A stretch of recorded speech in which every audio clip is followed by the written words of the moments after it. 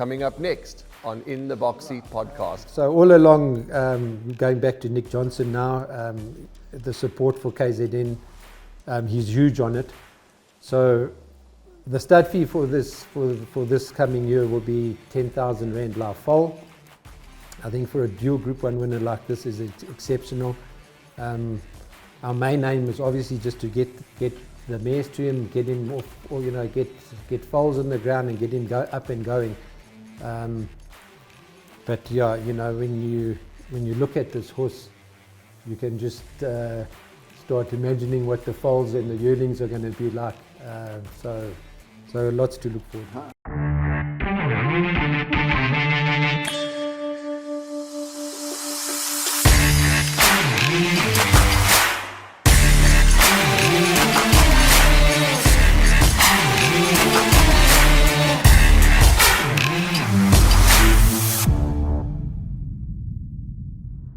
He's a dual Grade 1 winner. He's by twice over out of a Jetmaster mare called Come Fly With Me. He's a 7-year-old bay colt off a rating of 124. His name is Double Superlative. He stands in the KwaZulu-Natal Midlands at Blue Sky Thoroughbreds, and that's the focus of today's podcast. Gives me great pleasure to welcome on board, as always, Andrew Harrison, my good friend and colleague. How are you?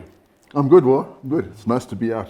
It is instead of stuck in the office. Yeah. It is certainly nice to be out, and the team behind the scenes are Piwe Tawanda and Nosishle. Lovely to have them with us. And normally the podcast comes to us, but this time the podcast has come to the people, and we've taken a very interesting trip, which we'll tell you about in a moment, up to Moy River to come to Blue Sky Thoroughbreds. And our guest today is Bruce Le Roux. And Bruce, how are you today?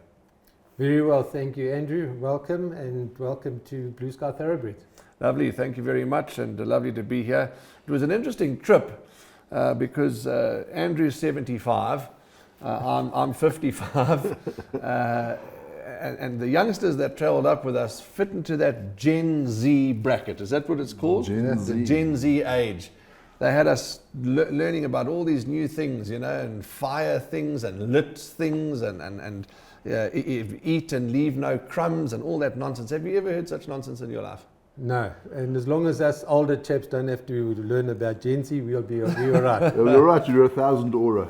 There we go. How's that? You're 1,000 aura. That means you're a cool oak, you're a lacquer oak. That's what 1,000 aura means, apparently. And as for the dad jokes, I mean, goodness gracious me, some of the jokes we were being told, it really was fun in the car travelling up from Hollywood Bets Gravel to Blue Sky Thoroughbreds, and we're here safe and sound, and we're going to enjoy the next 45 minutes with Bruce. Brucey, first thing, how did it, just about you, you were telling us off air you're a retired pastor as well, so the public might not know that about you, but how did you hear about the horse? Were you always involved in horses? Were you born in this area? Where did it all start for you? Well, I'm a farm boy from a very young age, obviously. Grew up on a farm. My parents managed a big beef farm up in Nottingham Road towards the Insinga Valley there, close to Giant's Castle. So basically I grew up in the hills there. And in those days, we got around on horses on the farm, in those hilly areas. We had to work cattle. And basically, I suppose that's where my horse journey started, if you want to put it that way. Well, they were Basotho ponies, eh? Yeah, mainly Basotho ponies, just crossbeds, farm horses. They had to be real rough and tough to get up and down those hills. No thoroughbreds in those days. Bruce, that surely, must have, you might not like the praise, and some people don't like praise. I like to give the praise. Horseman of the highest order, that surely would have helped, in making you the horseman that you are today. Well, thank you. I suppose, like anything, if you're involved with something from a very young age, you get to know horses, and as I said, we're all different types of horses, and basically we worked with them, so you get a natural feel with them, growing up with them. Yeah. We're going to jump around a little bit, but there's a beautiful poster behind us, which the team will get a lovely shot of. In fact, there's two gorgeous posters. I'm not sure if you can see it in this shot. One of Shona Kirsty Ives to my left will be to your right, and one of double superlative to my right will be to your left. But Shona Kirsty Ives, you and Tinus Gericke joined forces to have Blue Sky Thoroughbreds, which we'll elaborate on more just now. But that was a very special win here, Shona Kirsty Ives. Yeah, Shona Kirsty Ives was our first winner as Blue Sky Thoroughbreds. An 8-fold path out of a very ordinary mare at the time. But you know, to have our first winner and the Blue Sky Thoroughbreds was very exciting. It's also racing and breeding operations. So Blue Sky Thoroughbreds, you race horses together, you breed together. Is that correct? Correct, yeah. Okay. Yeah. Okay. What is happening? Because Andrew, I mean, the last time you were on this farm was in 1973. I mean, we had to pull him out of Ashburton this morning when we went and fetched him. I had to pull him out of the gate. He didn't want to come out. The first time I was on this farm, Craig Ramsey owned it. What was it called? Golden Acres. Golden Acres, yeah. And we know that Craig Ramsey watches this production all the way in New Zealand. Yeah, hello Craig. Yeah. And we're here on your old stomping ground, Craig, and thanks for your support and your following of the and podcast. Then it became Yellow Star with Chris. Right. De Chris de Klerk. Chris de Klerk. And when I came up here, trying to think of the manager's name, he's famous now. He's gone to the Karoo, back to the Karoo. The name I'll get. You'll get the name. And then, so after, then of course it came to you guys after Chris and Lorraine left the farm as Yellow Star. You know, it was you guys. You and Tinus, and you were always a Spring Valley stud. So there's two farms. Is that right? The old Spring Valley and the old Yellow Star joined together. Blue Sky, and there's been a lot of developments. Do you want to touch on a few of the developments that's happening around us? Yeah. Okay. Originally, yes, Spring Valley was the home farm. Yes. And then this farm was obviously we bought it from Koos, and so a lot of development. This farm is bigger than area-wise than Spring Valley, so there's a lot of development that has gone on here. Tinus has done a lot of building here. I must say, tireless. He's tireless in getting things done. That's why he's so thin. And yeah, exactly. And you know, everything's done correctly, and this is what we can look forward to now. We had people come up on the Stallion Day here. They didn't even recognize the farm, the buildings. The one guy even commented he thought he'd arrived at the wrong place. So yeah, hats off to Tinus and all his hard work. He's enthusiastic about horses and he's racing. So yeah, developing but getting there. Tinus and Liz Gericke, how did their paths cross with Bruce Le Roux? You go back as friends before all this. I mean, how did the two of you meet? Yeah, okay, it's going back a bit now, a good few years. Our old friend Pierre Dutoy, he introduced us a while ago. We became friends, and then we decided to get involved in a horse or two together. And so we went off to the national sales, and the first horse we bought was #YOLO together. Yes. And then these relationships just develop. Then we bought a couple more fillies, off the sales to race, and then obviously in the long term to bring back to stud. Bruce, you mentioned the Stallion Day briefly a moment ago. I've obviously introduced the podcast. The main focus will be double superlative. It's been well documented, well advertised before and after the event.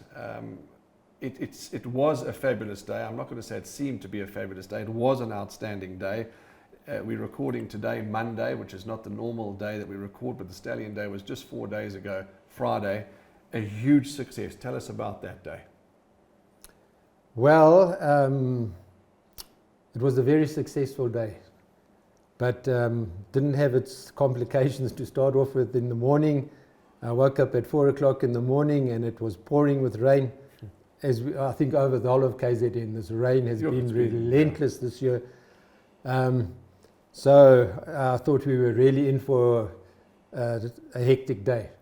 But anyway, as the day progressed, we had Nick Johnson's team had to move tents. re-erected tents here in front of the conference room here. But yeah, thank God by 11 o'clock everything was rolling and everything was in place. So hats off to his team. They did a fantastic job.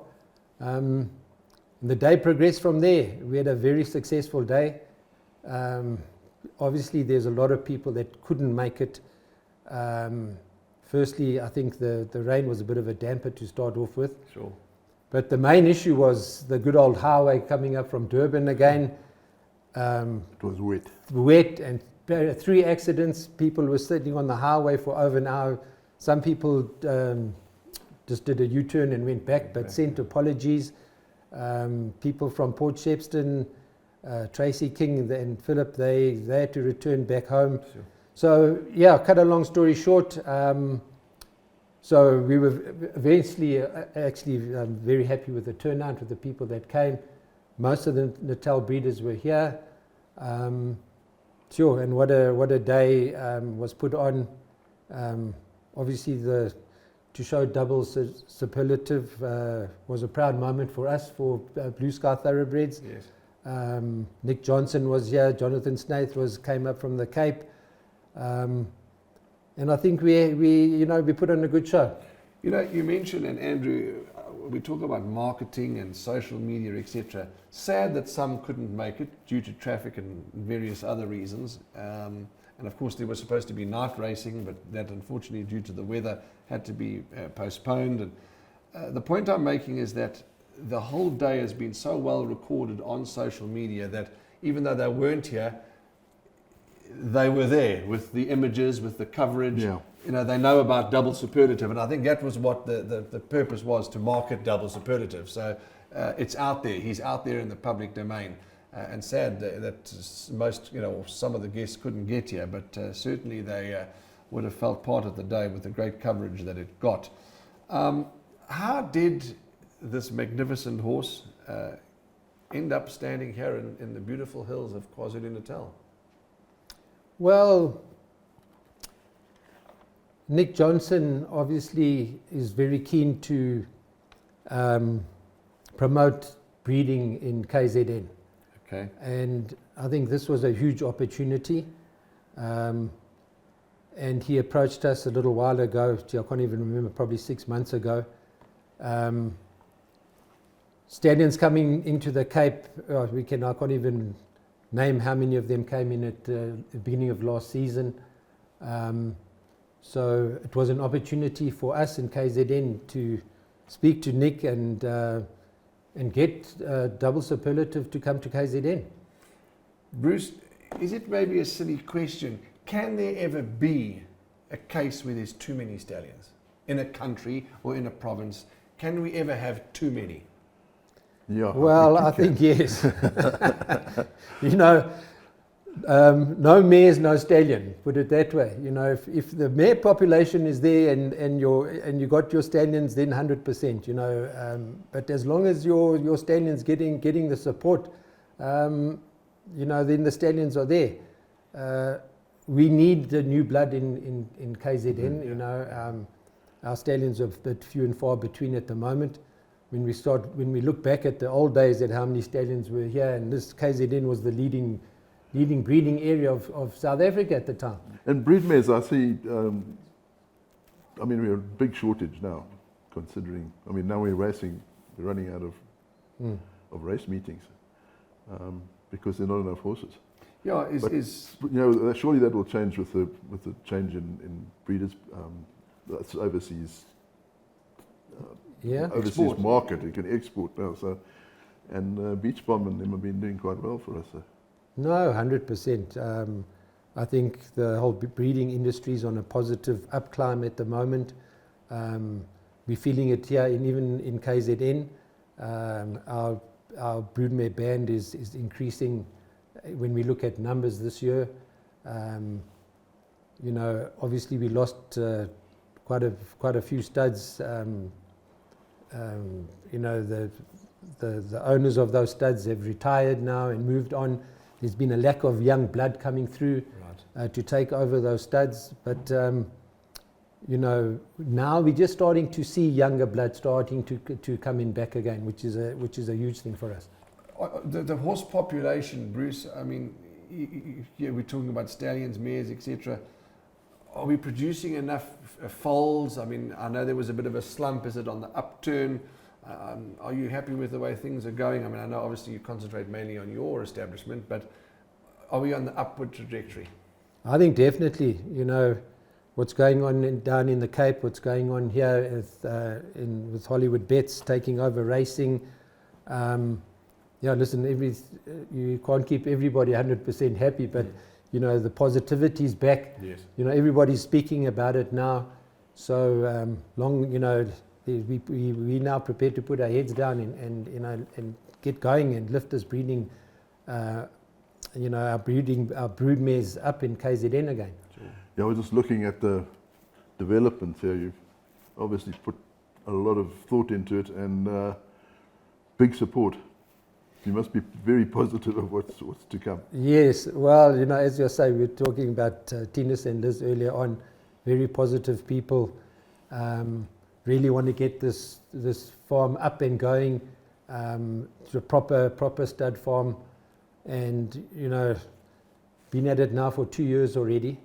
And so, you know, I think in another year's time, you know, then you'll see the finished product. Right, yeah. You know, it's also, what's the word I'm looking for?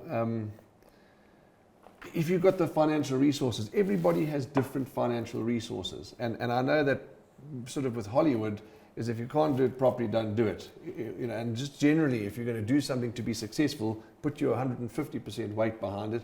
Financial resources and other resources do help. But I think people like Hollywood, Nick Johnson with Double Superlative, you guys at this farm and other breeders around the country have made a statement that you're going to do it and you're doing it properly. Absolutely. You know, as you say, if you don't do it properly, don't do it at all. It's a good old saying. So let's hope we're on the right track now. Yeah, well, looking around us, ladies and gentlemen, they're certainly on the right track. There's no doubt about that. Talking about track, let's talk about Double Superlative's track record. Dual Group 1 winner. He won the Grade 1. You taught me that. No group races in South Africa. Grade 1s. Is that right? Group overseas. Group overseas grade here. Okay. Grade 1. Hollywood Bets Cape Guineas. It was the World Sports Betting Cape Guineas at the time that Double Superlative won it. And then the Grade 1 World Sports Betting Cape Town Met. That was a phenomenal win. So he's a dual Group 1 winner. He's rated 124, 7-year-old according to the statistics. Yeah, he's done well at the course.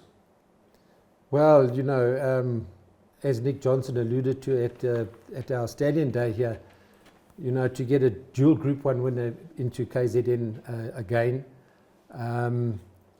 is a huge plus for us, especially, you know, the way, you know, what this horse actually went through. And when you look at, I know Jonathan and Justin Snaith, they've spoken about it a lot, but to come out and win the Guineas and then come out to win the Met after what he'd been through, colic operation, tendon problems, you know, was off the track for 6 months. You know, this horse has got huge heart, and then to come out to win the Met under sufferance, you know, weight-wise, he was carrying extra weight. And the way he ran his races and he fought through to win was exceptional. And the speed this horse has is another thing that we should talk about, and that we should, you know, everybody should, that we really should focus on as well. In this, the speed in the female line is outstanding. There's so much speed in there. There's 2 lines of drumbeat, and we all know what exceptional speed sire he's been in South Africa, as on the broodmare side of things. Great brothers there. He was also a speed influence, you know. And then we get on top of it all, we put Jetmaster there, and you know, speed and stamina. What more can, you know, when you look for? So he's a serious horse, and you know, for breeders to look into sending their mares, to really look into his female line. That Grade 1 World Sports Betting Cape Town Met victory was See it outstanding. again in between horses. He had to find the pack in towards the outside. We find a staying on double Superlative past the 200. Stallion in front. Double Superlative is on the chase without question. See it again, got some work to do. Stallion, here comes double Superlative finishing strongly. Double Superlative makes a statement. Double Superlative has won the World Sports Betting Cape Town Met. The way he barged through, and went through those, went through the gap to go on and win double Superlative, it was really a phenomenal victory. And as I said, I'm sure that you'll see this as it's been inserted. Bruce mentions that the horse came back from a colic and from a tendon injury. To go on and do that, some horses just don't come back. Yeah. And as you say, testament to his courage and heart. No, but it's always good for us that you've got a stallion that shows those tendencies. Some of them are just wussies and go to stud and they don't do anything. But when they show a bit of courage and a bit of tenacity, a bit of. Yeah. I'm trying to keep the swear words out of the game. Bruce, the stud fee. So for those that want to support him, what is his cost? All right. So all along, going back to Nick Johnson now, the support for KZN, he's huge on it. So the stud fee for this coming year will be 10,000 Rand live foal. I think for a dual Group 1 winner like this is exceptional. Our main aim is obviously just to get the mares to him, get him off, or get foals on the ground and get him up and going. But yeah, when you look at this horse, you can just start imagining what the foals and the yearlings are going to be like. So lots to look forward. Brucey, for those that might not know, and it's lovely to educate and to teach the public. You said 10,000 live foal, is that right? How does that work? What does it mean 10,000 live foal? When do you pay the 10,000? What does it mean 10,000 live foal fee? Well, 10,000 live foal fee, as we've discussed, would be a live foal on the ground, obviously, 24 hours foal up and suckling in a healthy condition. That's when your money must be paid. That's when the money needs to be paid for, yeah. Okay, so that's interesting. So a live foal fee, you don't pay anything, you book your mare through the office, etc. You come and bring your mare to be serviced by double Superlative. And then once, as Bruce says, the foal is born, on its feet, up 24 hours, you say, is 24 hours suckling, all good. The invoice will come. Now, you haven't only got double Superlative standing here, there's other stallions, is that right? Chimchiri Run is our other stallion. Right. Yeah. Okay, yeah. And he's got some, this is all his first progeny that are going on. We're going to talk about the sales just now, but his first progeny, is that right? First progeny at the sales, yeah. Okay, all right, we'll come and talk about Did he the get sales. a nice book?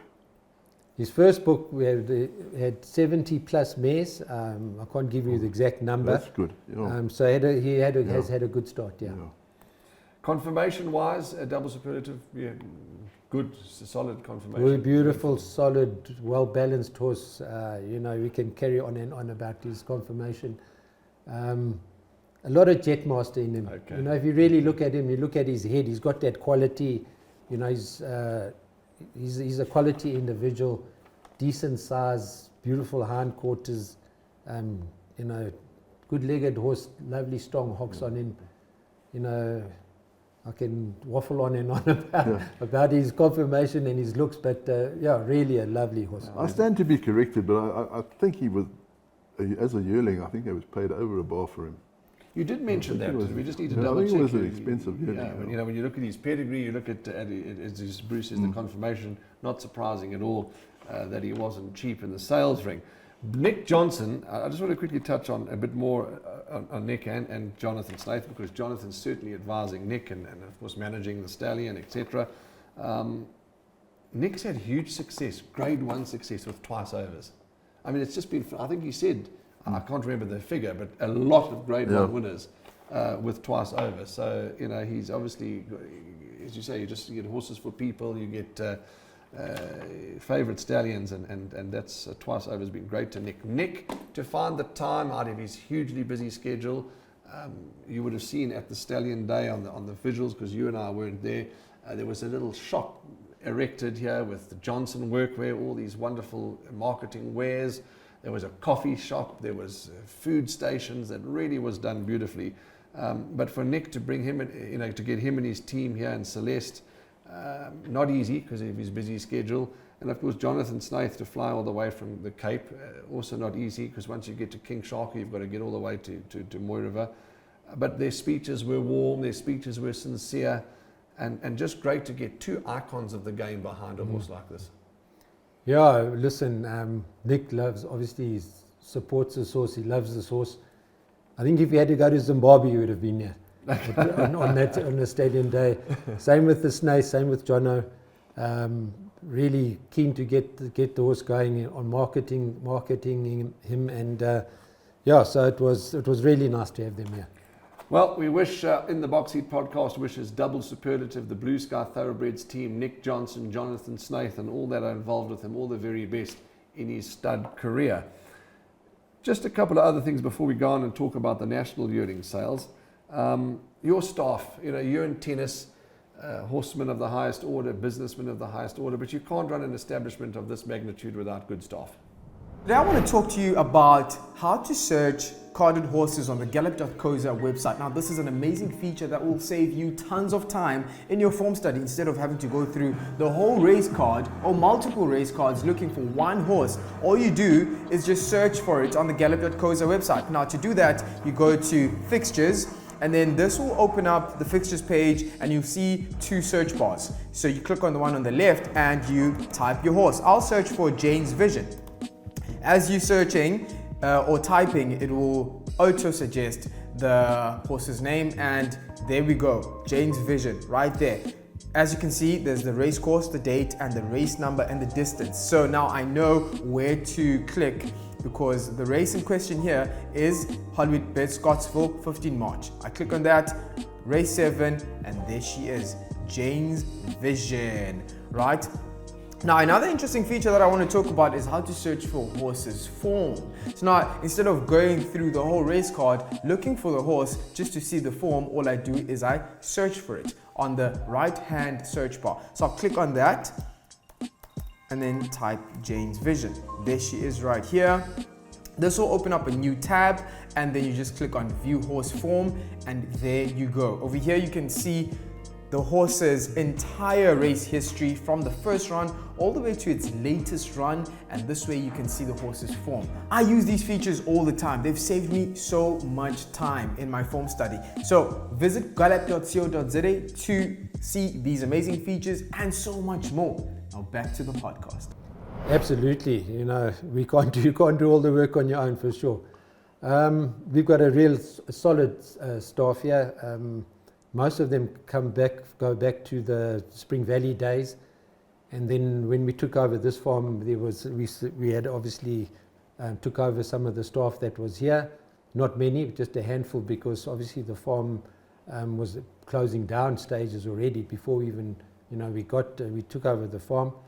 And over the years, obviously, the good guys stay with you, and the guys that can't do the work, the guys that don't put their hands up, they move on. Yeah, but I mean, it helps that you're fluent in Zulu.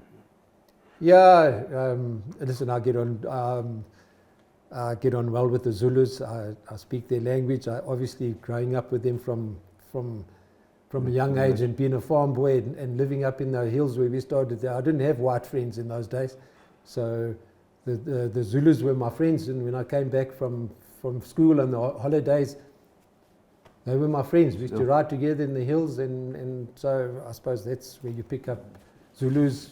You learn their customs, you learn to understand them, and hopefully and obviously that's helped pays us. dividends, Yeah. Temperament, and again, I know you don't like praise and limelight, but everybody gets a bit agitated. We're all humans. We can all lose our temper. We can all get a bit hot under the collar. We're humans. We've got feelings and those kind of things. But generally, your temperament's great, Bruce, to be around horses and to be around people. You seem to be chilled and go with the flow. Am I right in my assessment? Sure, I think you learn to eventually become chilled. I know 20 years ago, I don't think you'd have said I'm a chilled, calm guy. But yeah, no, listen, we're getting on a bit in life now, so hopefully we are chilling properly. How many grandchildren? 2 grandchildren. 2 grandchildren. Yeah, Okay, so they yeah. keep Granddad well entertained. 100%. Brucey, one other member that we must talk about, it's an integral part of the team, but more on the racing side, is Frikkie Kraling. He's been a wonderful addition to the team. Frikkie, great guy, you know. I obviously met Frikkie quite a long time ago, and on and off I used to see him at the races. But it was Tinus's initiative to get him here. And when he first came, he came here to the farm and started getting things going here on the training side of things.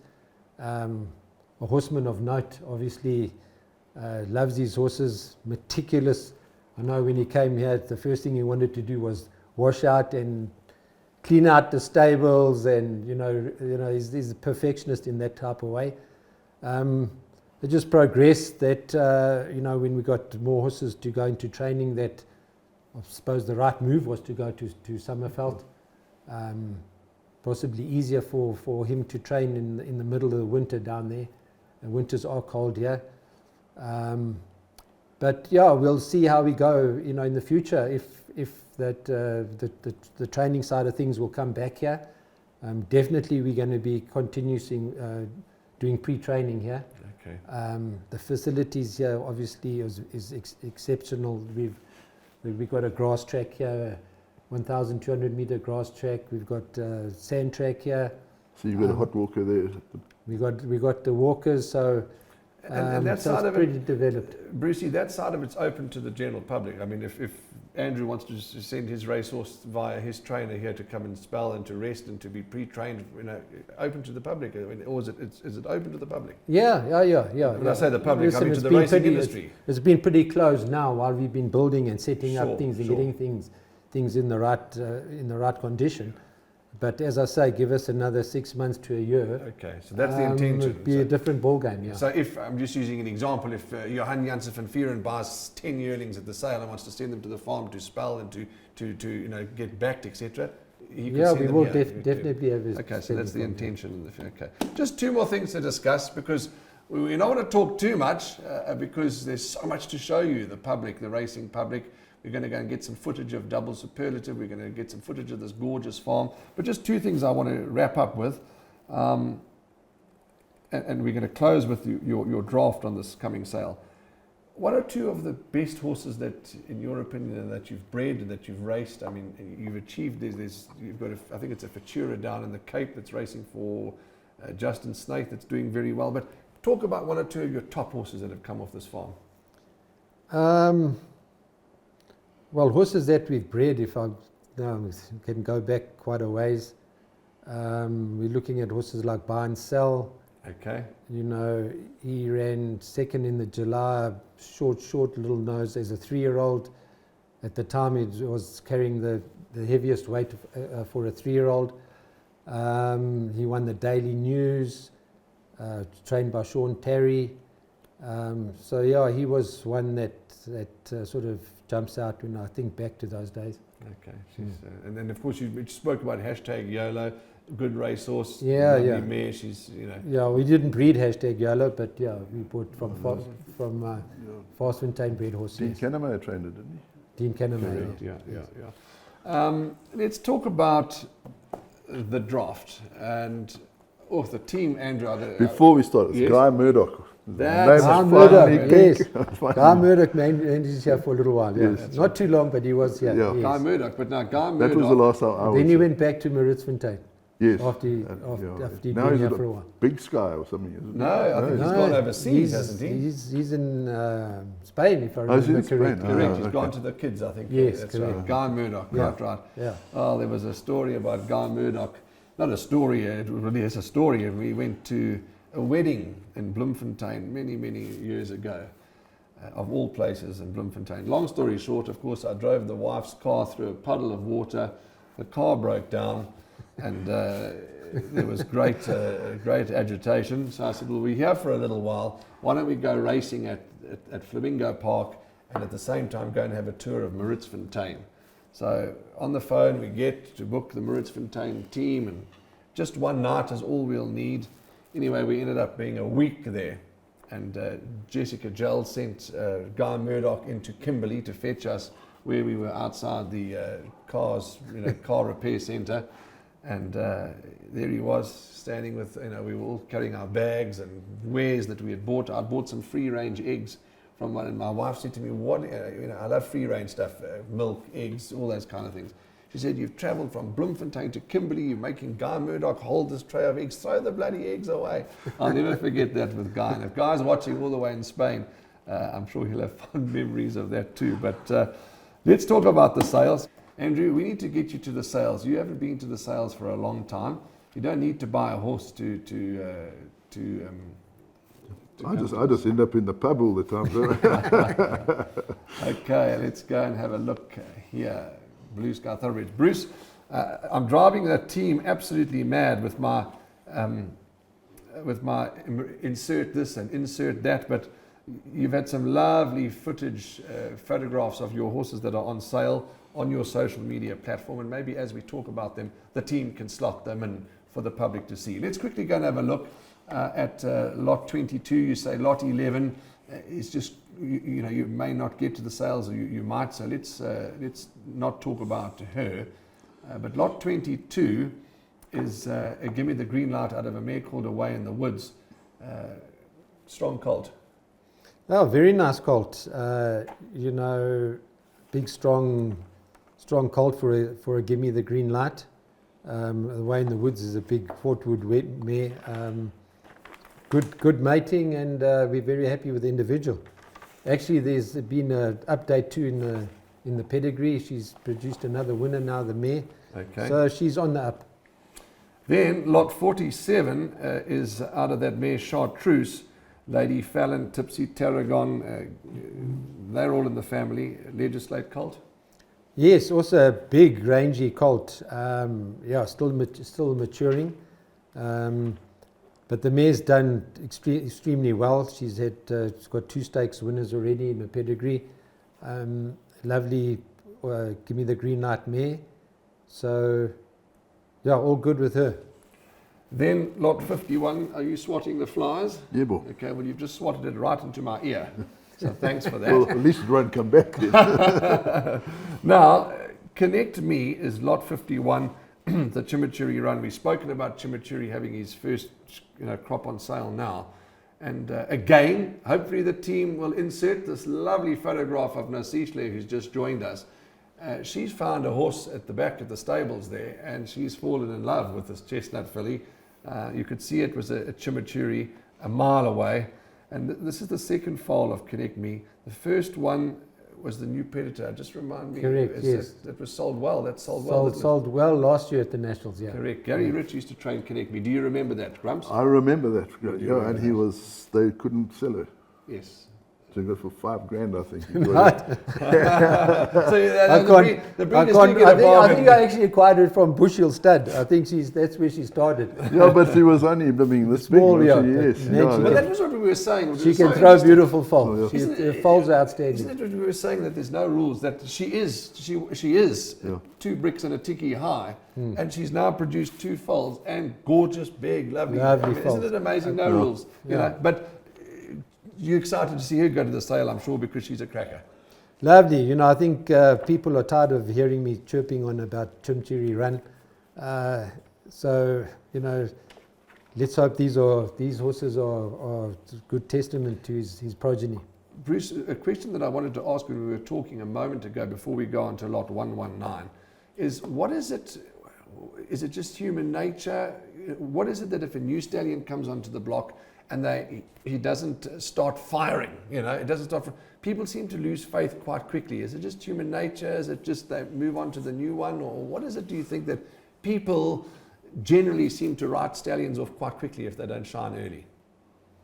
Well, absolutely. A lot of stallions are written off way before their time. How do you actually look at this whole scenario? You get these stallions, and then on the other hand, you'll get a stallion that produces 2-year-olds and they come out firing and then they don't train on and then they go off. On the other hand, you get a stallion that maybe not producing those early 2-year-olds and they start writing them off before the horse even gets a chance. Yes. So, it's for me, it's a hard one to answer that question actually. But it's just a choice that people take. Obviously, as soon as the stallion starts doing something, you're on it. He's on his way. Yeah. But our racing too is so geared. It's getting more and more geared to 2-year-old racing. To 2-year-old races. Obviously, people want quick returns on on their money investment. So that's also a factor why some of these stallions get written off, so early. Yeah, we're a bit like bloody Oz racing. The biggest prize is a 1,200-meter sprint for 2-year-olds. But then you get, then you're getting back to Nick Johnson on double superlative and twice overs. He was the twice over man, and look what they've done for him. Yeah. They've won the Guineas, they've won the Mets for him. Not once, they won the July for him. So there's definitely a place and a market for those type of classic horses, which keep our racing going. Yeah, absolutely. Okay, back to the draft. Lot 119 is another Chimichurri run, a colt out of Georgina Rose. This is the first progeny. Yeah, also, very typical Chimmy.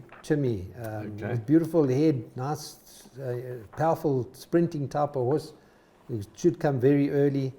One to look at. Lot 126 is a new Predator filly out of Guy Du Home. This is also the first produce of this mare.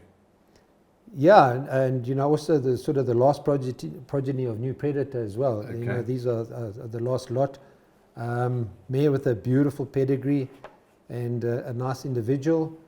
What more can I say about except praising my yearlings? No, well, you're not. It's like people go to the yearling sale and they say, the auctioneer, they say they've never heard an auctioneer say, well, here's lot 79.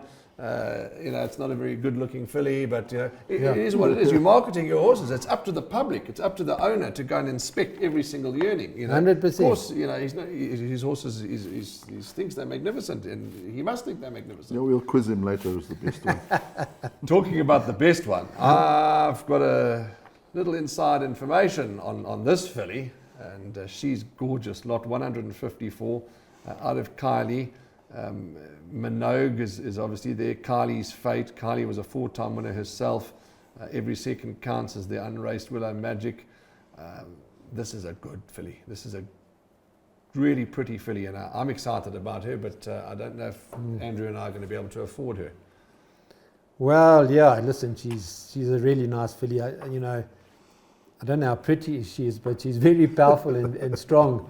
And she'll catch your eye when she walks past you. Very proud of her. Nice, lovely filly. Lot 158 is a Chimichurri filly, Crystal Carrington, player that's trained by Candace Dawson, if I'm not mistaken. Yeah, correct. Player's done well, 6-time winner. Another good family. Very good family. You keep asking me about chimmies now. There's another chimmy. Very happy with this filly as well. Now, lot 180 is, when we spoke about these horses, there was a particular twinkle in your eye about lot 80. Why? When you see her, you'll see why. Beautiful Hawam filly. The mare's a half-sister to Act of War. Also another nice pedigree, but really outstanding filly. Big, rangy, beautiful filly. You guys don't name your yearlings. You let that up to the owner. Okay. Yes. All right. Now, lot 186 by Master of My Fate out of Marsala. Marsala was a 2-time winner. This is a colt. What are you expecting of him? I'm just so happy that Master of My Fate is doing so well again. Yes. He's such a solid, honest horse, a sire, I should say. And this is a typical master. If you bring him out and you'll have a look at him, the first thing you recognize is this is definitely a master. Lot 230. Now, there was a gentleman, we can't remember names. You and I need to go and have our heads checked. You spoke about Pierre de Toy. Pierre de Toy. Now, correct me, he raced Polsheath. Correct. And He imported Polsheath. Okay. Yeah. So this is the new Predator, Polsheath, 7th foal. And yeah, they've all done well. Winners, multiple winners. What's she like? Solid filly, really solid filly. New, as you said, another new Predator. Polsheath been a Singspiel mare. She was a real, 7-time winner. She was a stakes winner. And I'm afraid this was her last progeny, but also very nice filly. Lot 315, Bruce, is the second to last on your draft, and then there's one as agent. But 315 is Erupt out of the Vow. Just the third progeny. This is the Vow, half sister to Lady in Black. I mean, that's and Midwinter Win, Nexus. Those are big names. Yeah, obviously a solid female line. This is by far the best foal that she's had, or yearling. We can also talk about Erupt as well. Such a solid sire at the moment. Every week he produces the winners. So we're happy on that side of it. But also probably one of the better colts in our draft. Oh, take note of that, ladies and gentlemen. One of the better colts on our draft. Lot 324 is the last draft. The last one we'll talk about is the one that you're selling as agent. But lot 324 is by New Predator out of Twice as Smart. Who trained Twice as Smart? Let's test you. Come on. Twice as Smart. Wendy Whitehead, no? Whitehead, yes. Wendy Whitehead, Twice as Smart. And of course, Mr. Wilson, I think, is running or ran the other day or was running in a race soon. Mr. Wilson ran a good race on debut. Mr. Wilson's a winner now. Mr. Wilson's a winner. Yes. Okay, that's he won probably about 2 weeks ago, so her first run is a winner. Okay. She was an honest mare, Twice as Smart. Yes. Herself. Multiple stakes placed, filly. So also New Predator, very happy to have New Predators on the sale. The last horse, what does it mean to explain to the public that you're selling this horse by Lance out of Queen Diva as agent? Unfortunately not on the sale. Oh, is that not on this? It's been taken off? Taken off the sale, Okay, yes. okay, Yes. but to explain, Nice. I mean, if I'm a breeder on a small scale, I could say to you, Bruce, could you consign my yearling under your banner? You sell it as an agent. Yes. That's basically as simple as what it is. Correct. So we can scratch clearly different, the Lance out of Queen Diva. Yeah, pity, because that's a family of quid pro quo, Okay. obviously, yeah. Okay, fantastic. Well, that's the draft for Blue Sky Thoroughbreds, the national yearling sales. We, of course, have spoken about the Cape sales, Cape yearling sale, which was a resounding success. This is the next sale up, the Bloodstock South Africa championing champions. How's that? Championing champions. I can't read it.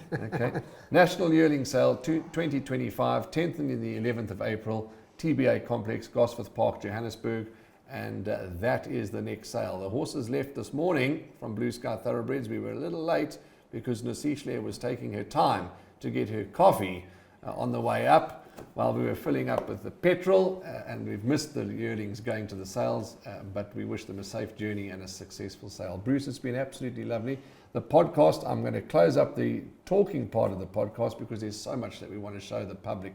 We're going to go and take a little walk around and have a look at Double Superlative, of course, and a few other things. So to be in your glorious boardroom at this farm, thank you for your time. And I know you don't like the camera. I know you don't like talking, although you did a damn good job. Thank you. And Grumps, we're going to go and have a look at this magnificent horse, and then we'll take a drive back and take you home so you can stop moaning. Okay. Yeah. Have you prepared lunch for us at home? No. Prepared lunch, yeah. Okay, there we go. That's it from us now. We wish Blue Sky Thoroughbreds all the best, and all the other farms from KwaZulu-Natal and from South Africa. Quickly, let me just quickly tell everybody who's there. Ascot Stud, Aventure Estate, Beaumont Stud, Ben Buerta trading as Ben Maan Stud, Big Sky Ranch, Bloomhill, Blue Sky Thoroughbreds, Boerland, Camargue, Cheveley, Clifton, Cornerstone, Drakenstein, Gelakfontein, Hemel and Arder, Henham Stud, Rouse Brothers, Heversham Park, Hopes and Dreams, Klavervlei Stud, Lammerskral, Macrath, Main Chance, Maritzfontein, Millstream, Mutonsuk, Narrow Creek, Indoro, Rathmore, Retterskral, Riverton as agent, Sandown Stud. Goodness me, the list goes on. Suttendal Most Estate. people can read. I want to give everybody a mention. Suttendal Estate, Some of You Stud, Sunstone Farming, Cyrilla Stud, Varsfontein Stud, Volmut Stud, Wilgeboorsdrift, Winterbach Stud is the last one on the list. So to each and every stud farm on this sale, we wish you all the very best. But this podcast is about Blue Sky Thoroughbreds, double superlative. We wish you all the best and look forward to this next segment of the podcast where we're going to go and take a trot around Blue Sky Thoroughbreds.